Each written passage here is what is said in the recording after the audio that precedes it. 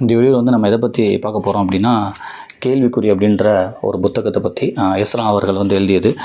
இதுக்கு முன்னாடி இந்த புத்தகத்தை பற்றி ஒரு 2 வீடியோ வந்து போட்டிருப்போம். ஸோ இன்னும் நிறையா வந்து இதை பற்றி பேசுறதுக்கு இருக்குது. அதனால தான் வந்து மறுபடியும் வந்து இதே புக்கில் இன்னொரு சாப்டர் எடுத்து பேசலாம் அப்படின்ற ஒரு பிளான். இது வந்து ஆனந்த விகடனில் எஸ்ரா அவர்கள் எழுதுகிற கட்டுரையோட தொகுப்பு தான் இந்த புக்கு. அதை மொத்தமாக வந்து ஒரு புக்காக வந்து போட்டிருக்காங்க. ஒரு 104 பேஜ் உள்ளது. 100 ருபீஸ் வந்து இந்த புக்கு. இந்த புக்கு ஏன் இவ்வளோ முக்கியமாக இருக்குன்னா, இதில் வந்து நிறைய கேள்விகள் கேட்டிருப்பாங்க, நிறையா சம்பவத்தை சொல்லியிருப்பாங்க. அதிலிருந்து நீங்கள் உங்களுக்குள்ளேயே நிறைய கேள்விகளை கேட்டு அதை நீங்கள் மாற்றிக்கிறதுக்கான ஒரு முக்கியமான இன்ஃபர்மேஷன் எல்லாமே இதில் இருக்குது. இன்னொன்று வந்து மனுஷங்க எப்போவுமே வந்து ரொம்ப கேள்விகளால் வந்து சூழப்பட்டவர்கள். நம்ம மைண்டுக்குள்ளே எப்போவுமே வந்து ஒரு கேள்வி எப்போவுமே கேட்டுக்கிட்டே இருப்போம். அதுக்கு ஆன்சர் கிடைக்குதோ இல்லையோ, ஈவன் கிடைச்சாலுமே வந்து மறுபடியும் வந்து அந்த கேள்வி வந்து இன்னொருத்தவங்கள்ட்ட கேட்டுகிட்டே இருப்போம். மனுஷங்க எப்போவுமே வந்து ஒரு கேள்விகளால் வந்து சூழப்பட்டவர்கள் அப்படின்னு சொல்லிட்டு ஸோ நீங்களே உங்களை கேள்வி கேட்டு அதுலேருந்து சில அனுபவத்தை எடுத்துக்கிட்டு அதுலேருந்து நீங்கள் உங்களை சேஞ்ச் பண்ணிக்கிறதுக்கான நிறைய இன்ஃபர்மேஷன் வந்து இந்த கேள்விக்குறி அப்படின்ற ஒரு புத்தகத்தில் வந்து இருக்குது. பின்னாடி அந்த முன்னுரையில் வந்து என்ன மென்ஷன் பண்ணியிருப்பாங்கன்னா, ஒரு குறிப்பிட்ட வயதுக்கு பிறகு நமது உடலமைப்பு ஒரு கேள்விக்குறியைப் போலவே மாறிவிடுகிறது. அந்த அளவுக்கு நாம் கேள்விகளால் சுழலப்பட்டவர்கள். கேள்விகளின் வழியாக வாழ்க்கை அனுபவங்களில் இருந்து நாம் பெற வேண்டிய பாடத்தை சுட்டி காட்டுகிறது இந்த கேள்விக்குறி அப்படின்னு சொல்லிட்டு இந்த புத்தகத்தை பற்றி ரொம்ப ஷார்ட்டாக வந்து சொல்லியிருக்காங்க. அதில் தான் இப்போ வந்து இதுக்கு முன்னாடி இன்னொரு இன்ஃபர்மேஷன் என்னென்னா, நம்ம எஸ்ரா அவர்களோட வந்து ஒரு சிறிது வெளிச்சம் அப்படின்ற ஒரு புத்தகத்தை பற்றி நிறைய வீடியோஸ் வந்து ஸ்டார்டிங்கில் போட்டிருப்போம். இப்போ வந்து ஒரு படம் பார்க்க போகிறாங்க அப்படின்னா, அது நல்ல படம் அப்படின்றத வந்து நீங்கள் எப்படி வந்து வரையறை பண்ணுவீங்க அப்படின்னு கேள்வி கேட்டால், ஒன்று அந்த படம் வந்து ஒரு இன்ஃபர்மேஷன் கொடுக்கணும். நம்ம அந்த படத்தை பார்த்துட்டு வரும்போது நம்ம ஏதாச்சும் ஒன்று கற்றுக்கணும். அட்லீஸ்ட் நம்ம வந்து அதிலேருந்து இந்த படத்தை பார்த்துட்டு நம்ம லைஃப்பில் வந்து ஏதாச்சும் சில விஷயத்தை சேஞ்ச் பண்ணுறதுக்கு அந்த படம் வந்து ஒன்று சேஞ்ச் பண்ணிக்கணும். அட்லீஸ்ட் சேஞ்ச் பண்ணுறதுக்கு ஒரு ட்ரை வைக்கிற படமாக அந்த படம் இருக்கணும். அதுதான் ரொம்ப நல்ல படம். இதுக்கு முன்னாடி உள்ள லைஃப் அப்படி இருக்கக்கூடாது அந்த படம் பார்த்துட்டு வந்தபோது அப்படின்னு சொல்லிட்டு நிறைய டைரக்டர்ஸ் வந்து சொல்லியிருக்காங்க. அதே மாதிரி நான் படித்ததுலேயே வந்து இந்த சிறிது வெளிச்சம் அப்படின்ற ஒரு புத்தகம். ஸோ அந்த புத்தகத்தை பற்றி நிறைய இன்ஃபர்மேஷன் வந்து நம்ம போட்டிருப்போம், நிறைய வீடியோஸ் வந்து போட்டிருப்போம். அதுவுமே வந்து அந்த மாதிரி ஒரு நல்ல படம் பார்த்த மாதிரி தான். நீங்கள் அந்த புத்தகத்தை படிச்சிங்கன்னா அதில் உள்ள இன்ஃபர்மேஷன், அனுபவம், அதில் வந்து சினிமா இருக்கும், பயணத்தை பற்றி இருக்கும், அதுக்கப்புறம் வந்து அவர் கேட்ட விஷயம், அவர் படித்த விஷயம், அவர் வந்து அனுபவத்தில் விஷயம் அப்படின்னு சொல்லி எஸ்ரா அவர்கள் வந்து முழுக்க அவ்வளோ இன்ஃபர்மேஷன் வந்து சிறிது வெளிச்சம் புத்தகத்தில் இருக்குது. ஒரு 400 பேஜ். நான் நிறைய புக்ஸ் இருக்கலாம், பட் நான் படித்ததில் வந்து அந்த புக் வந்து ரொம்ப நல்லாயிருக்கும். அந்த புக்கை படித்ததுமே வந்து உங்கள் லைஃப்பில் வந்து நிறையா விஷயத்தை மாற்றிக்கிறதுக்கான எல்லாமே அந்த புக்லேயுமே இருக்குது. நான் அந்த புக்கை எங்கேயோ தான் வச்சுருந்தேன். அந்த புக்கு கிடச்சிருச்சு. ஓகே, ஸோ இந்த புக்கு தான் அது. ஆல்ரெடி இந்த புக்கை பற்றி நிறைய வீடியோஸ் வந்து நான் இதிலே வந்து போட்டிருப்பேன். ஸோ வாய்ப்பு இருந்தால் இந்த புத்தகத்தை படிங்க. ஒரு 400 பேஜ். ஒரு வருஷம் எடுத்துக்கிட்டாலும் பரவாயில்ல, பட் ஆனால் இந்த புத்தகத்தில் வந்து அவ்வளோ இன்ஃபர்மேஷன் இருக்குது. ஸோ இதை நம்ம பேசிவிட்டு கொஞ்சம் பாதியோடு நிப்பாட்டிட்டு இன்னொரு புக்கை பற்றி பேசுவோம், அதுக்கப்புறம் மறுபடியும் அதுக்கு போவோம் அப்படின்றது தான் ஒரு பிளானு. ஸோ இப்போ மறுபடியும் வந்து கேள்விக்குறி அப்படின்ற ஒரு புத்தகத்தில் சாப்டர் 12 வந்து கண்ணாடி சொல்லாதது அப்படின்ற ஒரு தலைப்பு கீழே வந்து என்ன சொல்லியிருக்காங்க அப்படின்றது தான். கண்ணாடி சொல்லாதது, நான் அழகாக இருக்கேனா அப்படின்ற ஒரு கேள்வி என்னென்னா வந்து நான் அழகாக இருக்கேனா அப்படின்ற ஒரு கேள்வி கீழே உள்ள தகவலை தான் வந்து இந்த வீடியோவில் வந்து ஷேர் பண்ணிக்கலாம் அப்படின்னு. அதில் என்ன சொல்லியிருக்காங்கன்னா, தண்ணிக்குள்ளே உள்ள மீன் வந்து எல்லாமே வந்து தண்ணிக்கு மேலே வந்து சூரியனை பார்க்குறது இல்லை. நம்ம வந்து நிறையா இந்த குளத்துக்கெல்லாம் போயிருப்போம், நிறையா மீன் வந்து மேலே வரும், சில மீன் வந்து மேலே வரும், எல்லா மீனும் வந்து மேலே வர்றதில்லை. கடலுக்குள்ளே வந்து எவ்வளோ மீன் இருக்குது, பட் எல்லாமே வந்து தண்ணிக்கு மேலே வந்து சூரியனை பார்க்குறதில்ல, ஏதோ கொஞ்சம் மீன் மட்டும் தான் வருது. அதே மாதிரி நம்ம மனசுக்குள்ளேயுமே வந்து 1000 கேள்வி இருக்குது. எல்லா கேள்வியுமே நம்ம கேட்குறதில்ல. நிறைய கேள்வி வந்து நம்ம மனசுக்குள்ளே தான் வச்சுக்கிறோம். அதில் வந்து ஒரு முக்கியமான கேள்வி வந்து நான் அழகாக தான் இருக்கேன் அப்படின்ற ஒரு கேள்வி அப்படின்னு சொல்லியிருக்காங்க. இது வந்து ஒரு ஆதங்கம். இது வந்து ஏன் இந்த கேள்வி கேட்குறோன்னா, ஒரு ஆதங்கத்தில், இல்லைனா அது நம்மளே வந்து நம்ம சுய சந்தேகப்பட்டுக்கிறோம். உண்மையிலே நம்ம அழகாக தான் இருக்கோமா, நம்ம அழகாக இருக்கேன்னு சொல்லி யாராச்சும் ஒருத்தவங்க சொல்லுவாங்களா அப்படின்னு சொல்லி இந்த கேள்வி வந்து எல்லாத்துக்குமே இருக்குது அப்படின்னும். அதுக்கப்புறம் என்னென்னா வந்து ஆண்களும் பெண்களுமே வந்து எல்லா விஷயத்தையும் விட அழகாக இருக்கிறத காட்டிக்கிறதுக்காக தான் வந்து நிறையா அதுக்கான விஷயத்தை என்னென்னலாம் பண்ண முடியுமோ அதில் வந்து ரொம்ப ஈடுபாடாக இருக்காங்க. அழகாக இருக்கிறதுக்காக அந்த மேக்கப் போடுறது, இல்லை ஏதாச்சும் ஒன்று பண்ணுறது, தன் அழகாக காட்டிக்கணும் அப்படின்றதுக்காக வந்து ஆண்களும் பெண்களுமே வந்து நிறைய ஈடுபாடாக நிறைய விஷயம் பண்ணுறாங்க. அது முக்கியமாக அந்த டீனேஜில் உள்ளவங்க வந்து நிறையவே பண்ணுறாங்க அப்படின்றதையும் போட்டிருக்காங்க. இன்னொன்று வந்து யாராச்சும் ஒருத்தவங்க வந்து நம்மளை வந்து அழகா இல்லை அப்படின்னு சொல்லிட்டு அது வந்து மனசுக்குள்ளே வந்து அப்படியே யோசிச்சுக்கிட்டே இருக்கும். அது ரொம்ப வந்து மைண்டை வந்து ரொம்ப டிஸ்டர்ப் பண்ணிக்கிட்டே இருக்குது. அதுவுமே வந்து நிறைய கேள்வியில் கேட்க வைக்குது. யாராச்சும் ஒருத்தவங்க வந்து நம்மளை அழகா இல்லை அப்படின்னு சொல்லிட்டாங்கன்னா நம்ம மறுபடியும் நிறைய கேள்வி நம்மளே கேட்டுக்கிறோம். நான் ஏன் அழகா இல்லை, எப்படி அழகாக மாறுவது, எவ்வளவு சீக்கிரம் அழகாக முடியும் என்று அடுத்தடுத்த யோசனைகளும் அதை செயல்படுத்தும் முயற்சிகளும் அதில் உடனடி வெற்றி கிடைக்காமல் வழிகொள்ளும் தருணங்களும் எல்லாருக்கும் பொதுவானது அப்படின்னு சொல்லியிருக்காங்க. ஸோ யாராச்சும் ஒருத்தவங்க வந்து நம்மளை அழகாக இருக்காங்கன்னு கேட்டால் அழகாக இல்லை அப்படின்னு சொல்லிட்டா நம்ம வந்து இவ்வளோ கேள்வியை கேட்டுட்டு நம்மளை வந்து வருத்திக்கிறோம். உண்மையிலே நம்ம அழகாக தான் இருக்கோமா, ஏன் அவங்க அப்படி சொல்கிறாங்க, ஸோ நம்ம அழகாக மாற்றிக்கலாமா, ஓகே மாற்றிக்கிறதுக்கான நிறைய இதை நம்ம பண்ணுறோம். பட் அதுக்கான ஒரு வரவேற்பு வந்து கிடைக்கல அப்படின்னா நம்ம ஒரு விஷயத்தை பண்ணுறோம் நம்ம அழகாக்கிறதுக்காக, அதுக்கான தீர்வு வந்து சரியாக கிடைக்கல அப்படின்னா மறுபடியும் வந்து நம்ம கேள்வி கேட்டுக்கிறோம். இதை நம்ம எப்படி என்னை வந்து நான் அழகாக காட்டுறது அப்படின்றதே வந்து சொல்லியிருக்காங்க. அது உண்மையிலே வந்து நம்ம அழகாக இருக்கமா இல்லையான்றதை காட்டுறதை வந்து கண்ணாடி தான் அப்படின்னு சொல்கிறாங்க. ஏன்னா வந்து டீனேஜில் வந்து ஏகப்பட்ட பேர் ரொம்ப கண்ணாடி பார்க்குறாங்க. கண்ணாடியை மட்டுமே பார்த்துட்டு நம்ம கண்ணு நல்லா இருக்கா, உதடு நல்லா இருக்கா, மூக்கு நல்லா இருக்கா, கண்ணு நல்லா இருக்கான்னு சொல்லிட்டு நிறைய கேள்வி வந்து கண்ணாடிட்டே கேட்குறாங்க. ஏன்னா கண்ணாடி மட்டும்தான் வந்து உங்களை அப்படியே கரெக்டாக காட்டுற ஒரு பொருள். ஆனால் சில நேரத்தில் வந்து இவ்வளோ கேள்வி வந்து நம்ம கண்ணாடி கிட்ட வைக்கும்போது அந்த கண்ணாடி வந்து நம்மளை பார்த்து எந்த பதிலுமே சொல்கிறதில்ல. அதனால் கோவமே வந்தாலும் பட் நம்மளால் கண்ணாடியை வந்து ஒன்றும் செய்ய முடியாது. ஏன்னா அது மட்டும் தான் நம்மளை வந்து இருக்கிற மைய காட்டுது. மீதி பேர் கூட வந்து கொஞ்சம் மாற்றி இறக்கி ஏற்றி கொஞ்சம் பேசுவாங்க. ஆனால் கண்ணாடி மட்டும் தான் நம்மளை அப்படியே காட்டுது. அதனால் அதுகிட்ட வந்து என்ன தான் வந்து நான் எனக்கு மூக்கு அழகாக இருக்கா இல்லை வாய் அழகாக இருக்கா எல்லா கேள்வியுமே கேட்டாலும் அது பதில் சொல்லாட்டியுமே நமக்கு கண்ணாடி மேலே கோவம் வராது. ஏன்னா அதுதான் நம்மளை வந்து கரெக்டாக காட்டுது அப்படின்றத வந்து சொல்லியிருக்காங்க. அதுக்கப்புறம் வந்து ஒரு மெச்சூரிட்டி ஒரு ஏஜ் கிராஸ் ஆகும்போது வந்து அழகுன்றது வந்து அந்த ஒரு உடலில் இல்லை, நம்ம எப்படி இருக்கோம் அப்படின்றது இல்லை, பார்க்குறவங்க கண்ணில் மட்டும்தான் இருக்குது அப்படின்றத வந்து ஒரு ஏஜுக்கு அப்புறம் தான் நம்ம புரிய வருது. ஓகே, அப்போ தான் வந்து நம்ம இயற்கை வந்து எவ்வளோ அழகானது அப்படின்றத வந்து நம்ம தெரிஞ்சுக்க ஆரம்பிக்கிறோம் அப்படின்றதையும் வந்து சொல்லியிருக்காங்க. இது மட்டும் சொல்லாமல் வந்து ஒரு முக்கியமான ஒரு கதை வந்து சொல்லியிருப்பாங்க. அந்த கதை வந்து ரொம்ப என்னையே வந்து ரொம்ப டிஸ்டர்ப் பண்ணுச்சு. இப்படிலாம் இருந்திருப்பாங்களா அப்படின்னு. என்னென்னா வந்து எஸ்ரா அவர்களுக்கு வந்து ஒரு தெரிஞ்ச மருத்துவர் வந்து என்ன பண்ணியிருக்காரு, எங்கள் அம்மா வந்து ஒரு சின்ன ஒரு பெட்டியில் வந்து ஒரு சில இதை சேர்த்து வச்சுருக்காங்க, அதை வந்து உங்கள்கிட்ட காட்டணும்னு நினைக்கிறேன், அவங்க வந்து இறந்து போயிட்டாங்க அப்படின்னு எஸ்ரா அவர்கள் வந்து கூப்பிட்ருக்காங்க. ஸோ எஸ்ராவுமே வந்து அவரை நண்பர் கூப்பிட்டார் அப்படின்னு போயிருக்காரு. அப்போ வந்து ஒரு மர பீரோவில் வந்து ஒரு பெட்டியை வந்து ஓப்பன் பண்ணியிருக்காங்க. அந்த பெட்டியில் என்ன வந்து நிறைய தலை மயிர் வந்து நிறையா வந்து இருந்திருக்கு, அந்த முடி வந்து நிறையா இருந்திருக்கு, ஒரு பெண்ணோட முடி. அதுக்கு அவர் சொல்லியிருக்காரு, இது வந்து எங்கள் அம்மா வந்து சாகிறதுக்கு முன்னாடி இந்த பெட்டியை வந்து என்கிட்ட சொல்லி வந்து இதை பற்றி சொன்னாங்க. இதில் என்னென்னா வந்து எங்கள் அம்மாவோட தலை மயிர்கள் வந்து நிறையா இருக்குது. இதை சொல்லிட்டு வந்து நிறைய கேள்வி கேட்டாங்க. என்னன்னு சொல்லி அதுக்கப்புறம் அவர் வந்து அவரோட கதையை சொல்கிறாரு. என்னென்னா எங்கள் அம்மா வந்து அழகாக இருந்தாவே வந்து எங்கள் அப்பாவுக்கு வந்து ரொம்ப பிடிக்காது, கோவப்படுவார்.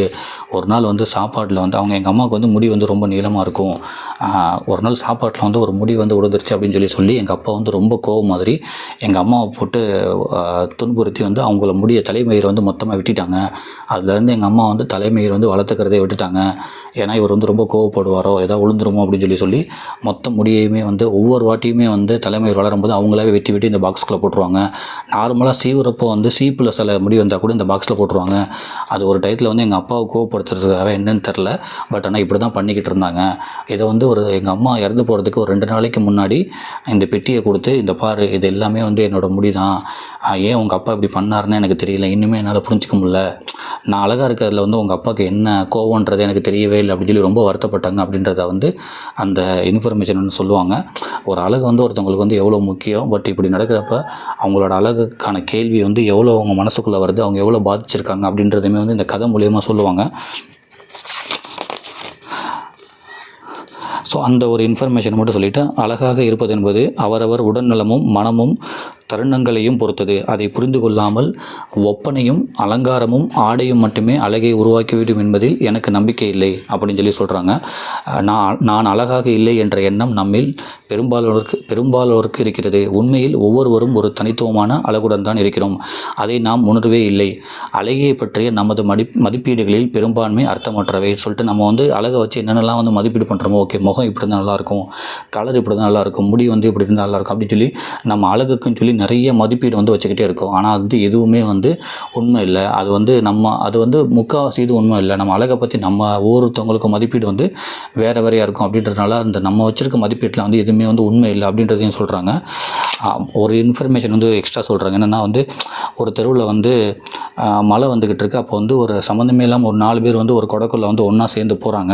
அதை பார்க்குறப்பே வந்து அவங்க யாருமே வந்து சம்மந்தவங்களே இல்லை. பட் இருந்தாலும் திடீர்னு மழை வந்தோடனே ஒரே குடைக்குள்ளே வந்து ஒரு 4 பேர் போகிறாங்க. அதை பார்க்குறப்ப எனக்கு அவ்வளோ சந்தோஷமாக இருக்குது. அவங்க செய்கிற செயல் தான் வந்து எனக்கு அவங்கள அழகாக காட்டுறதை தவிர அவங்க முகம் வந்து எனக்கு அழகாக காட்டலை அப்படின்றதையுமே சொல்கிறாங்க. காற்றோடு மழை வேகமாகிய போது அவர்கள் கையில் இருந்த குடை காற்றில் பறக்க முயன்று மழையின் சாரல் முகத்தில் அடித்தது.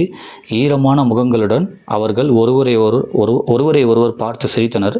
அந்த கணம் அவர்களிடம் இருந்த வெட்கம் கலந்த அழகை போன்ற ஒன்றை இதுவரை வேறு எங்கும் நான் கண்டதே இல்லை.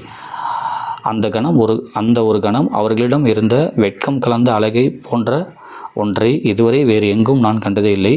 மழையின் ஈரம் படிந்த முகங்கள், மெல்லிய புன்னகை, நனைந்து கலைந்த சோகம், அத்தனையும் மீறி காற்றையும் சாரலையும் நேசிக்கும் மனது என அவர்களின் அழகு காலம் கடந்து அழியாத சித்திரமாக என் மனதில் தங்கியிருக்கிறது அப்படின்னு சொல்லிட்டு அவங்க 4 பேர் பண்ணுற செயல் எனக்கு அவ்வளோ அழகாக தெரிஞ்சு, அவங்க முகமும் வந்து எனக்கு அழகாக தெரியலை அப்படின்றது வந்து அழகை பற்றி இங்கே மென்ஷன் பண்ணியிருக்காங்க. இதுபோல வாழ்வில் எத்தனையோ நிமிடங்களில் மனிதர்கள் சொல்ல முடியாத பேரழகுடன் இருப்பதை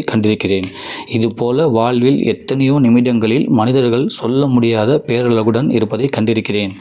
மனிதர்களை அழகாக்குவது அவர்கள் செய்யும் காரியங்களும் சில கணங்களும்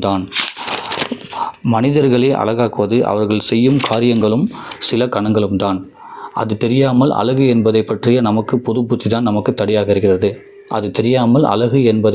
நமது புது புத்தி தான் நமக்கு தடையாக இருக்கிறது. மறுபடியும் வந்து அழகு என்பது நம்ம சில விஷயம் செய்கிறது தான் வந்து அதுதான் நம்மளோட அழகை வந்து காட்டுதுன்னு தவிர நம்மளாக யோசிச்சுட்டு இருக்க அந்த புது புத்தியில் யோசிச்சுட்டு இருக்க அழகு எதுவுமே வந்து அழகுன்னு பற்றி நம்ம வரையறை பண்ணியிருக்கோம்ல, அது எதுவுமே வந்து உண்மை இல்லை அப்படின்றது தான் மறுபடியும் சொல்கிறாங்க. இன்னொன்று வந்து ஒரு முக்கியமான இன்ஃபர்மேஷன் என்ன வந்து ஒரு இந்தியாவுக்கு வருகை தந்த அமெரிக்க திரைப்பட இயக்குனர் மார்ட்டின் ஸ்கார்செஸே. ஸோ இவர் வந்து ரொம்ப ஃபேமஸான ஒரு டைரக்டர். கிட்டத்தட்ட வந்து ஒரு 80+ ஏஜில் உள்ளவர். நிறைய மூவிஸ் வந்து டைரக்ட் பண்ணியிருக்காங்க. இப்போ கூட ரீசெண்டாக ஆஸ்கார் அவார்டு அந்த மூமெண்ட்டில் கூட ஒரு ஜப்பானீஸ் படம் வந்து ஒரு ஆஸ்கார் அவார்டு வாங்கினப்போ நான் வந்து இந்த டைரக்டர் தான் வந்து நான் இன்ஸ்பயர் பண்ணி இந்த படம் எடுத்தேன், இவர் தான் வந்து எனக்கு இன்ஸ்பிரேஷன் அப்படின்னு சொல்லி அந்த டைரக்டர் பேரை சொன்னோன்னே எல்லாமே ஸ்டாண்டிங் அவேஷன் கொடுத்தாங்க. ஏன்னா அவர் வந்து ரொம்ப முக்கியமான டைரக்டர், நிறைய நல்ல படங்கள் எடுத்திருக்காரு. அது ஆஸ்கார் அவார்டுக்கு வந்து நிறைய நாமினேஷன் பண்ணுற படமே வந்து இவரோட படம் நிறையா இருக்கும். இந்த ஏஜ்லேயுமே வந்து அவ்வளோ நல்ல படம் எடுத்துகிட்ருக்காரு. ஸோ அந்த மாதிரி அவர் தான் வந்து இந்த மார்ட்டின் ஸ்கார்ஸ் அப்படின்றவர். இந்தியாவில் அவர் வந்து இந்தியா வந்திருக்காரு. அவர்கிட்ட என்ன கேட்டிருக்காங்கன்னா, இந்தியாவில் வந்து நீங்கள் வந்து வியந்து பார்த்த விஷயம் என்ன அப்படின்னு சொல்லி கேட்டோடனே அதுக்கு அவர் சொல்லியிருக்காரு மதர் தெரசான்னு சொல்லியிருக்காரு. அதுக்கு அந்த இன்ஃபர்மேஷனை சொல்லிட்டு எஸ்ரா அவர்கள் என்ன சொல்லியிருக்காங்கன்னா, ஒரு பெரிய டைரக்டர் இந்தியா வந்திருக்காரு, இந்தியாவில் வந்து நீங்கள் அழகான விஷயம் என்னன்னு கேட்டால் நீங்கள் என்ன சொல்லுவீங்க? நான் அந்த டெல்லி போனேன், தாஜ்மஹால் பார்த்தேன், இல்லைனா ஏதாச்சும் ஒரு நிறையா விஷயம் சொல்லிட்டு வந்து இது அழகாக இருந்துச்சு, இல்லை இந்த ஃபுட்டு அழகாக இருந்துச்சு, இல்லை இந்த மாதிரி நிறைய விஷயத்தை எவ்வளோ விஷயம் சொல்லலாம் அழகாக இருக்குன்னு. பட் அவர் என்ன சொல்லியிருக்காருன்னா மதர் தெரசா அப்படின்றத சொல்லியிருக்காரு. அவர் நினச்சிருந்தா தாஜ்மஹாலை கூட வந்து சொல்லியிருக்கலாம். ஸோ அப்போ தான் தெரியுது ஒருத்தவங்களுக்கு வந்து எது அழகானது அப்படின்னு சொல்லி கேட்குறப்ப அவர் வந்து எந்த பொருளையுமோ எந்த பில்டிங்கையுமோ எதுவுமே சொல்லாமல் ஒரு மதர் தெரசா அப்படின்றவங்களை சொல்கிறாங்க. ஏன்னா மதர் தெரசாங்க வந்து நிறைய நல்ல விஷயம் வந்து செஞ்சவங்க, நிறைய பிள்ளைங்களுக்கு வந்து ஹெல்ப் பண்ணுற அப்படின்னு சொல்லிட்டு அவங்களே தாழ்த்திக்கிட்டு நிறைய விஷயம் பண்ணியிருக்காங்க. அப்படின்ட்டு அவங்க செயலால் தான் அவங்க அழகாக தெரியுறாங்க. அதுதான் வந்து இந்த டைரக்டர் வந்து இந்தியாவில் வந்து எனக்கு ரொம்ப அழகான விஷயம் வந்து மதர் தெரசா அப்படின்னு சொல்லியிருக்காங்க அப்படின்றத வந்து இவர் வந்து மென்ஷன் பண்ணுறாரு. அப்புறம் இன்னொரு கதை ஒன்று இருக்குது. உரிய பழங்குடி மக்களிடம் ஒரு கதை இருக்கிறது. ஒரு காலத்தில் நிறங்கள் தங்களுக்குள் எது சிறந்தது என்று சண்டையிட்டு கொண்டனர். ஸோ இப்போ உரிய கதை அப்படின்னு சொல்லி ஒன்று சொல்லியிருக்காங்க. அந்த உரிய மக்கள் அப்படின்றதுக்கு அவங்கள்ட்ட வந்து ஒரு கதை இருக்குது. நிறங்கள்லாம் வந்து சண்டை போட்டிருக்காங்க. நீ பெருசா நான் பெருசான்னு சொல்லி சண்டை போட்டிருக்காங்க. பச்சை நிறம் வந்து என்ன சொல்லியிருக்குன்னா, நான் தான் வந்து வளர்ச்சியின் அடையாளம், மரம் செடி கொடி புல் எல்லாமே வந்து என்னோட கலரில் தான் இருக்குது, அதனால் வந்து நான் தான் வந்து அந்த பசுமை நிறமே வந்து என்னால் தான் வந்துச்சு, ஸோ நான் தான் வந்து பெரிய ஆள், நான் தான் வந்து ரொம்ப அழகாக இருக்கேன் அப்படின்னு சொல்லி சொல்லுது. இன்னொன்று என்ன வந்து நீல நிறம் என்ன சொல்லுச்சுன்னா, நீ பூமியை மட்டும் வச்சுக்கிட்டு பேசுகிற, நீ ஆகாயத்தையும் கடலையும் பாரு, எல்லாமே நீல நிறமாக தான் இருக்குது, ஸோ அதனால் வந்து நான் தான் ரொம்ப இருக்கிறதுலே வந்து ரொம்ப சிறந்தவன் அப்படின்னு சொல்லி சொல்லுது. உடனே மஞ்சள் நிறம் வந்து சிரித்தபடி என்ன சொல்லுதுன்னா, சூரியன் சந்திரன் யாவும் மஞ்சள் நிறமானது, மஞ்சள் நிறம் வந்து சிரிச்சுக்கிட்டே வந்து சூரியனும் சந்திரன் வந்து மஞ்சள் நிறுது, ஸோ அதனால் வந்து நீங்கள்லாம் சிறந்தவன் இல்லை, நான் தான் சிறந்தவன் அப்படின்னு சொல்லி சொல்லுதுன்னு சொல்லி சொல்கிறாங்க மஞ்சள் நிறம். அதுக்கப்புறம் வந்து சிவப்பு நிறம் என்ன சொல்லுது, நீங்கள் எல்லாம் எல்லாமே வந்து முட்டாள்கள், சிவப்பு நிறம் தான் வந்து உலகத்திலே வந்து ரொம்ப பெஸ்ட்டு. ஏன்னா மனுஷங்க உடம்புல வந்து ஓடுற ரத்தம் எல்லாமே வந்து சிவப்பு கலர் தான் இருக்குது. ஸோ அதுதான் இருக்கிறதுலே பெஸ்ட்டு அப்படின்னு சொல்லி சிவப்பு நிறமும் சொல்லுது. இப்படி வந்து ஒரு நிறமும் வந்து சண்டை போட்டுட்ருக்கப்போ திடீர்னு வந்து வானத்தில் வந்து ஒரு ரொம்ப சத்தத்தில் வந்து இடி வந்து மழை வந்து பெய்யுது. யாரெல்லாம் எல்லா நிறங்களுமே சண்டை போட்டுட்டு இருந்தாங்களோ அவங்களாம் வந்து ரொம்ப பயத்துக்கிட்டு அந்த இடியை பார்த்துட்டு பயந்து போய் அப்படியே வந்து நிற்கிறாங்க. அப்போ வந்து திடீர்னு அந்த மழை பெஞ்சு அந்த இடி இடிச்சு வானவில் வந்து வருது. ஸோ அப்போ தான் வந்து வானவில் என்ன சொல்லுதுன்னா, வானிலிருந்து உடனே 7 நிறத்தில் ஒரு வானவில் உண்டானது. அதை கண்ட நிறங்கள் ஆச்சரியம் கொண்டன. வானிலிருந்து ஒரு குரல் சொன்னது, ஒவ்வொரு நிறமும் அதனதன் வழியில் தனித்துவமானது தான். அத்தனையும் விட அழகானது இப்படி ஒன்றாக இருக்கும்போது உருவாவது வானவில் நிறம்தான். வானிலிருந்து ஒரு குரல் சொன்னது, ஒவ்வொரு நிறமும் அதனதன் வழியில் தனித்துவமானது தான். அத்தனையும் விட அழகானது இப்படி ஒன்றாக இருக்கும்போது உருவாகும் வானவில் நிறம்தான் என்றது. அப்போது தான் நிறங்களுக்கு தங்களை பற்றி நிஜம் புரிந்தது என்கிறது கதை அப்படின்னு சொல்லி முடிக்கிறாங்க. ஸோ ஒவ்வொரு நிறமே வந்து உங்களுக்குன்னு சொல்லி தனித்துவமாக நிறையா இருக்குது. அதில் வந்து நீங்கள் வந்து சிறந்தவங்க தான். ஸோ இப்படி கம்பேர் பண்ணி சண்டை போட்டுக்காதீங்க அப்படின்னு சொல்கிறது. இதுமாதிரி வந்து நம்ம அழகாக இருக்கமான்னு சொல்லி நம்மளே வந்து கம்பேர் பண்ணி நம்மளே நிறைய சண்டை போட்டுக்கிறோம், நிறைய கேள்வி வச்சுக்கிறோம். ஒருத்தவங்கள்ட்டையும் ஒரு அழகு இருக்குது. நம்ம வந்து அழகுன்னு சொல்லி ஒரு மதிப்பீடு வச்சுருக்கிறது ரொம்ப ரொம்ப தப்பு. எல்லாமே அவங்களோட தனித்துவமாக ஒரு செயலில் வந்து எல்லாமே அழகானவங்க தான். நீங்கள் வந்து காமனாக ஒரு அழகுக்குன்னு சொல்லி ஒரு மதிப்பீடு வச்சு உங்களே நீங்கள் நிறைய கேள்வி கேட்டுட்டு உங்களே நீங்கள் வந்து ரொம்ப வருத்திக்காதீங்க. அதுதான் வந்து நிறங்களுமே வந்து நான் பெருசுன்னு சட்டை போட்டுட்ருக்கு. பட் அதுக்குன்னு சொல்லி தனித்துவமாக நிறையா இருக்குது. அதில் வந்து அவங்க எல்லாமே அழகானவங்க தான் அப்படின்னு சொல்லி சொல்கிறாங்க. அதுக்கப்புறம் சின்னதாக ஒரு இன்ஃபர்மேஷனை சொல்லி இந்த சாப்டர் வந்து முடிக்கிறாங்க. என்னென்னா, இருட்டில் ரோஜா என்ன நிறத்தில் இருக்கிறது. இருட்டில் வந்து ஒரு ரோஜாவை காட்டி இது என்ன நிறம்னு கேட்டால் கண்டிப்பாக அது வந்து சிவப்பு கலரோ இல்லை ரோஸ் அது மாதிரி எதுவுமே சொல்ல மாட்டோம். ஏன்னா அது இருட்டில் கட்டுறப்ப இருட்டு கலர் ஒரு கருப்பு கலரில் தான் இருக்கும். இருட்டில் ரோஜா என்ன நிறத்தில் இருக்கிறது என்று கேட்டார் ராமகிருஷ்ண பரமஹம்சர். அந்த கேள்விதான் அழகு என்றால் என்ன என்பதற்கான பதிலாக இன்று வரை இருக்கிறது. இருட்டில் ரோஜா என்ன நிறத்தில் இருக்கிறது என்று கேட்டார் ராமகிருஷ்ண பரமஹம்சர். அந்த கேள்விதான் அழகு என்றால் என்ன என்பதற்கான பதிலாக இன்று வரை இருக்கிறது அப்படின்னு சொல்லி சொல்கிறாங்க.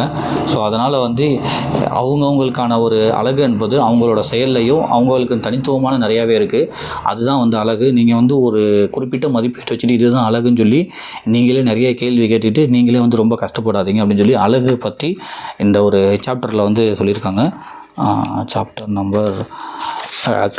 நம்பர் வந்து 12 கண்ணாடி சொல்லாதது அப்படின்னு சொல்லி போட்டுட்டு நான் அழகாக இருக்கேனா அப்படின்ற ஒரு டைட்டில் கீழே வந்து இவ்வளோ இன்ஃபர்மேஷன் சொல்லியிருக்காங்க. ஸோ இதை மட்டும் வந்து ஒரு 12-15 கேள்வி இருக்குது. ஒரு கேள்விக்குமே வந்து அவ்வளோ இன்ஃபர்மேஷன் சொல்லியிருக்காங்க. ஸோ வாய்ப்பு இருந்து உங்களுக்கு டைம் இருந்தால் அந்த புத்தகம் வந்து படித்து பாருங்கள். நன்றி.